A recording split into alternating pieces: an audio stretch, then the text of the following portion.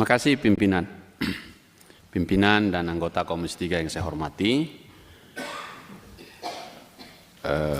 keluarga besar BNN yang hadir, dipimpin langsung Pak Martin dan semua tim. Saya kira juga ada perintah barangkali ke BNN Provinsi, Kabupaten untuk mengikuti rapat kerja ini sehingga informasinya sampai. Melengkapi teman-teman yang sudah menyampaikan pokok pikiran, gagasan, dan pertanyaan dalam raker pagi ini, pimpinan, saya ingin mengajak atau saya ingin menyampaikan kontemplasi, karena ini rapat kerja kita yang sudah rutin kita lakukan, dan soalnya memang tetap itu juga, dan belum beranjak dari persoalan-persoalan kita yang lalu sampai ke depan. Tetapi lembaran presentasi yang disampaikan Pak Martin ini melegakan saya untuk membaca dan memetakan secara jernih problem kita ini, dan dari situlah saya mengajukan kata kontemplasi untuk kita agar betul-betul dapat ketika dimulai dari 4 slide yang mengguncang hati dan pikiran saya tentang perkembangan permasalahan narkoba, dan ini sudah saya sampaikan berkali-kali, dengan tambahan politik global yang Presiden Trump menyampaikan secara terang benderang bahwa kartel narkoba sebagai organisasi teroris. Dalam rapat kita terakhir saya menyampaikan juga dalam rapat di Komisi 3 ini bahwa bandar narkoba adalah teroris paling jahat di muka bumi sepanjang ada bumi ini. Dan karena itu saya kira apa yang disampaikan oleh Trump juga adalah suara kita meskipun dampaknya ke kita. Karena memang pada akhirnya di slide yang pertama itu kata-katanya menyeramkan buat saya, tapi inilah kenyataannya. Dunia terus dibanjiri narkoba dari 3 kawasan sentra produksi, dikepung dunia ini. Dari kawasan Golden Peacock, dari kawasan Golden Crescent, dan Golden Triangle. Jadi sebenarnya kita sudah clear memetakan ini. Dan karena itu saya ingin mengajak berkontemplasi. Lalu disampaikan lagi, dari 5,8% atau 296 juta orang dari 8,1 miliar penduduk dunia terpapar narkoba ini. Dan dari situ ada 219 juta yang kaitannya dengan ganja. Nah, saya mau dengan ganja ini. Kepada pimpinan dan kawan-kawan semua, juga kawan-kawan dari BNN, saya ingin mengajak kontemplasi ini. Karena ini pernah terjadi di Komisi 3 2-3 tahun yang lalu. Seorang anak kecil dibawa ibunya untuk menyampaikan isi hatinya, namanya Pika. Seorang anak kecil yang lahir sakit, dan satu-satunya obat untuk dia adalah ganja medis. Di sini perdebatan ini, karena itu saya ingin mengajak berkontemplasi.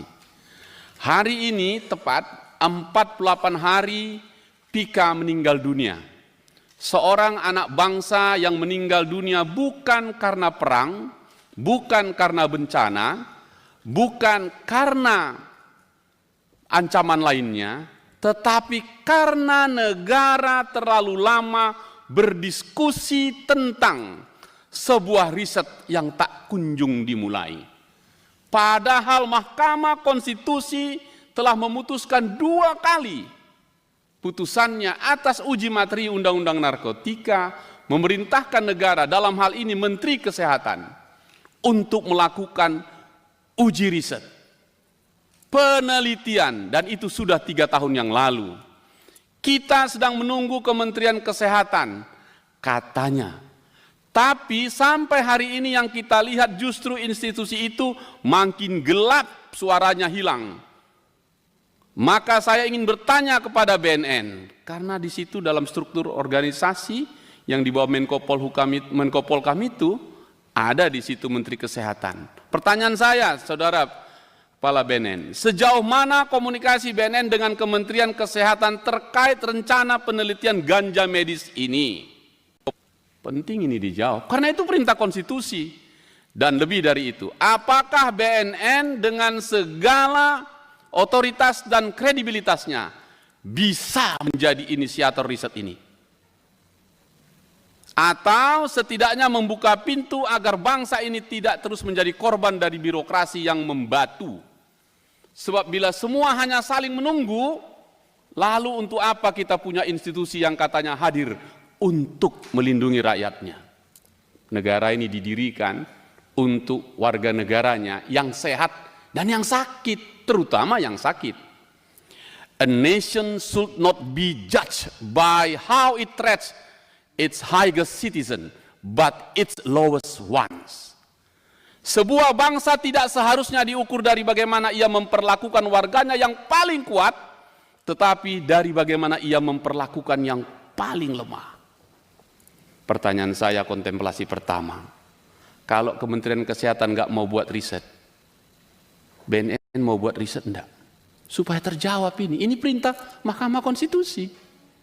Begitu kontemplasi saya yang pertama. Saya yakin BNN bisa. Karena itu saya masuk ke kontemplasi kedua. Apa itu? Yang kita sebut, dan terima kasih, namanya hasil riset atau survei indeks kerawanan narkoba. Saya hormat untuk itu. Karena dari situlah kita berangkat titik nolnya. Karena itu kalau ada teman-teman tadi mengangkat angka budget kita sampai 20 kali lipat dan seterusnya, apa rasionalitasnya? Nah, bagi saya pertanyaan saya kedua dalam kontemplasi kepada BNN adalah, siapa Pak bagian di BNN ini yang merencanakan anggaran BNN? Sejak 2 tahun lalu saya tanyakan, kenapa kok anggarkan cuma 2 triliun? Kenapa? Apa dasarnya? Itu masalah. Kalau kami berteriak memperjuangkannya, dasarnya apa dari bapak-bapak? Nggak datang angka itu. Sebelum Pak Martinus kemarin bilang, udah bang, 2 triliun udah cukup itu. Nggak habis juga katanya. Jadi macam mana kita mau bikin yang kita bahas ini, yang tadi sudah kita angkat, datanya disampaikan dengan sangat terang benderang. Saya hormati tadi data itu. Dengan begitu, pertanyaannya, kalau di Polri atau di Kejaksaan atau aparat penegak hukum, politik anggarannya based on case. Berapa kasus yang ditangani, kali berapa indeksnya, dapatnya sekian.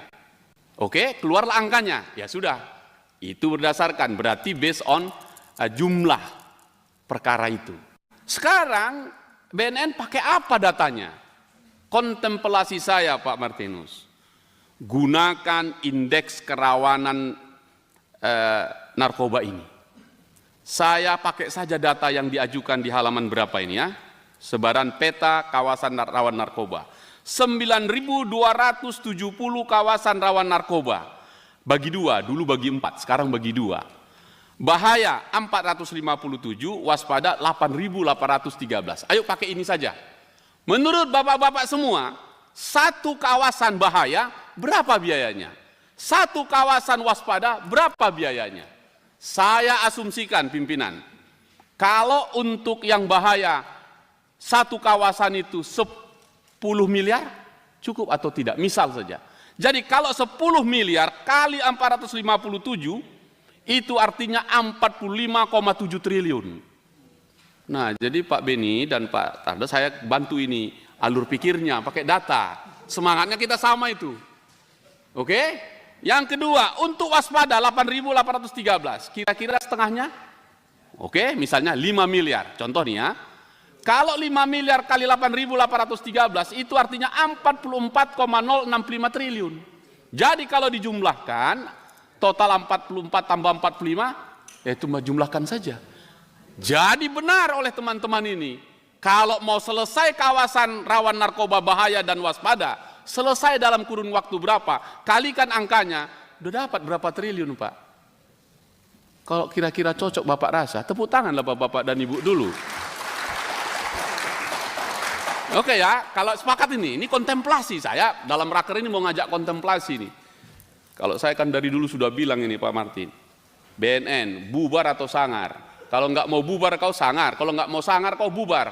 Hinca panjaitan sikap politiknya sangar, kan begitu. Maka ini jalan keluarnya. Jadi untuk apa indeks ini kalau cuman anggarannya tadi segitu? Nah, Dari sini kalau seandainya itu menjadi soalnya, kalau setuju dengan di situ, maka aku tinggal lihat ini, bahaya dan waspada itu. Agak unik angka ini, data ini. Antara bahaya dan waspada ini dengan penggunanya. Kalau kawasan rawan narkoba, bahaya dan waspada, masih Jawa Tengah, Jawa Barat, Banten yang tertinggi. Baru Jawa Timur, ya Jawa Timur dan Pulau Jawa lah. Sumatera Utara kampungku ini cuma 476 kawasannya. Dan 23 yang berbahaya, 453 yang waspada. Dari 693 kami kelurahan atau 450 kecamatan. Agak-agak kami masih agak tarik nafas begitu.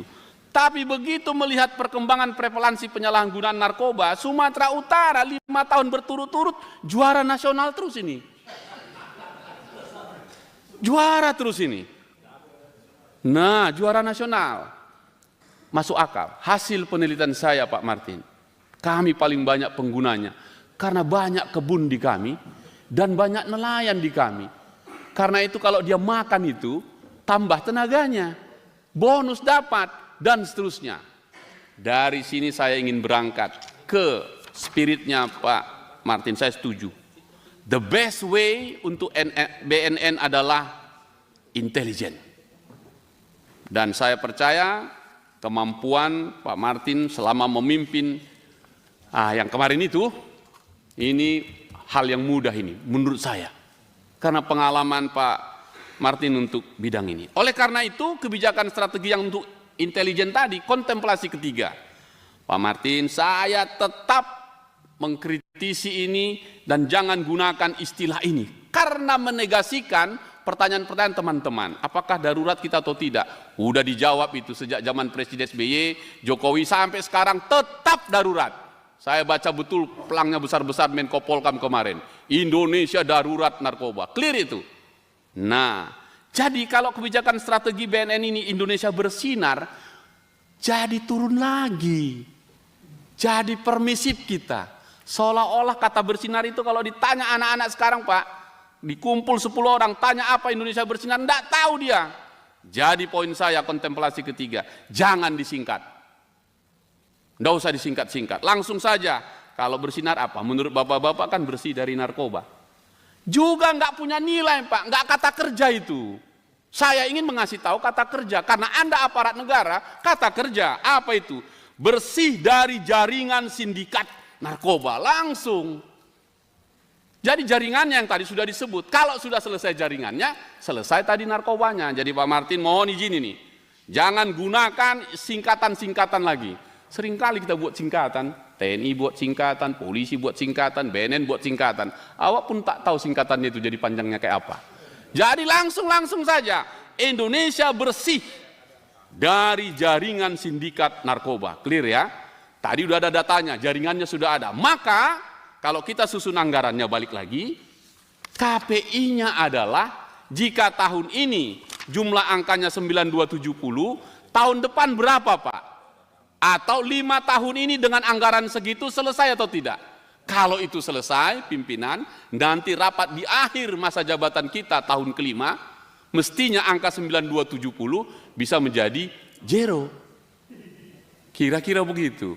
Cocok, Jenderal Pak Safarudin. Ya, tepuk tanganlah dulu, apa begitu caranya? Kalau ini kontemplasi, saya tidak bermaksud mengajari, ini kontemplasi kita dari waktu ke waktu tentang narkoba ini, BNN ini. Nah, itu yang saya ingin sampaikan kepada kita. Terakhir pimpinan, saya ingin klarifikasi aja nih di kontemplasi keempat. Strategi dan pendekatan intelijen BNN. Clear ini, saya 100% setuju Pak. Halamannya halaman berapa ya? Pokoknya nggak ada halamannya.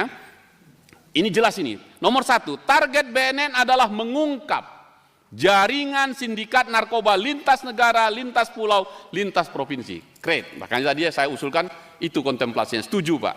Hari ini saya senang sekali data Kalimantan Barat itu 60 titik tadi. 60 titik yang darat. Ya, yang biasanya kami tahu ini kalau di Sumatera kan laut. Ini daratan itu. Dan itu penting sekali. Dan seterusnya ini, operasi intelijen BNN, penyelidikan, surveillance, penggalangan dilaksanakan 24 jam kali 7 dalam seminggu, sepanjang bulan, sepanjang tahun, tanpa terputus. Perfecto bin paripurna. Ini. Dan saya setuju, Pak. Maka harusnya 4920 tadi selesai nih. Karena nggak ada yang tidur ini orang BNN ini berarti. Awas kalian kalau tidur. Kalian udah bilang ini nggak tidur ini. Nah, kalau tidak tidur udah pas itu. Nah, fokusnya mana saja? Aku senanglah setelah Aceh Sumut. Terima kasih, Pak. Kami mau berusaha, nggak mau kami. Boleh kami juara yang lain-lain, asal jangan juara prevalensi penggunaan narkoba. Tak sedap itu. Nah, jadi kegiatannya fokus pada pemetaan pintu-pintu dan seterusnya. Saran kontemplasi saya berikutnya, Pak. Ajak seluruh kepala desa, seluruh desa di seluruh Indonesia. Dialah benteng terkecil. Saya kira pahamlah untuk intelijennya. Sudahlah, Pak. Kepala desa tanggung jawab kau di situ. Bunyi kau 24 jam tadi ini. Silahkan digalang itu. Sesuai yang saya sarankan beberapa waktu lalu, ada namanya pekan gitu, persaudaraan kepala-kepala desa anti bandar narkoba. Ini diasahan ini. Gerakannya apa? Usir bandar narkoba dari kampung kami. Kata kerja, jangan lagi kata-kata yang agak slow sedikit ya. Jagalah keluarga dari bahaya narkoba. Itu OSIS itu, SMA. Iya. Oke, say no to drugs. Sudahlah para penyanyi-penyanyi itu. Kalau BNN, war. Itu saja. Perang untuk bandar narkoba. Karena kita mewakili negara. Jadi dari pikiran saya itu, maka dengan deks pemberantasan narkoba yang sudah digambarkan, menurut saya nggak ada lagi yang kurang nih strateginya. Faktanya, datanya, strateginya udah. Yang kurang dananya, itu jelas itu. Jadi bapak-bapak dan ibu, jangan salahkan Komisi 3. Kalian yang nggak mau tulis berapa anggaranmu itu. Ya, jangan salahkan kami. Oke, nah itulah mengenai hulunya. Sekarang terakhir ini, yang kelima. Terakhir, kontemplasi. Terakhir yang kelima, ini pengguna. Saya setuju. Saya setuju. Pengguna jangan dipenjara. Alasan sederhana.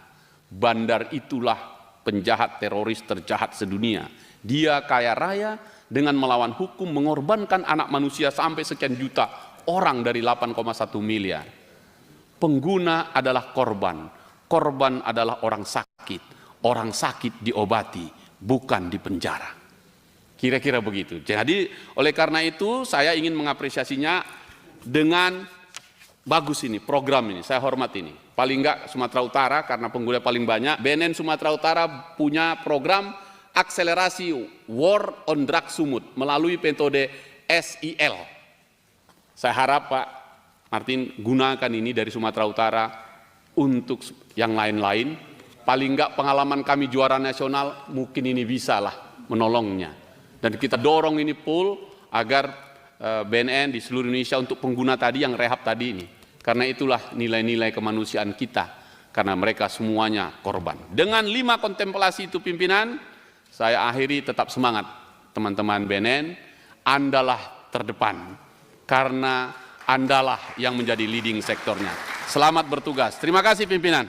Ya Pak Inca.